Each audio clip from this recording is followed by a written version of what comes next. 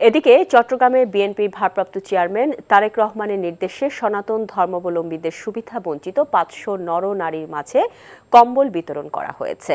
দুপুরে নগরীর জে.এম. সেন হলে কম্বল বিতরণ করেন মহানগর বিএনপির সাবেক সাধারণ সম্পাদক আবুল হাশেম বক্কর। এ সময় তিনি বলেন, ধর্মীয় পরিচয়ে কেউ সংখ্যালঘু নয়, আমরা সবাই বাংলাদেশি। আওয়ামী লীগ সেটাকে না মেনে ধর্মের ভিত্তিতে রাজনীতি করে বিভাজন সৃষ্টি করেছে। অনুষ্ঠানে উপস্থিত ছিলেন বাংলাদেশ হিন্দু বৌদ্ধ খ্রিস্টান কল্যাণ ফ্রন্টের সাংগঠনিক সম্পাদক রাজীব ধর তমাল, জন্মাষ্টমী পরিষদের কেন্দ্রীয় সাধারণ সম্পাদক প্রবীর কুমার সেন। এদিকে দিনাজপুরে বিএনপি চেয়ারপারসন বেগম খালেদা জিয়ার সুস্থতা কামনায় দোয়া অনুষ্ঠিত হয়েছে। জেলা বিএনপি ও এর সহযোগী সংগঠনের উদ্যোগে বিএনপি কার্যালয়ে এ দোয়া মাহফিল অনুষ্ঠিত হয়।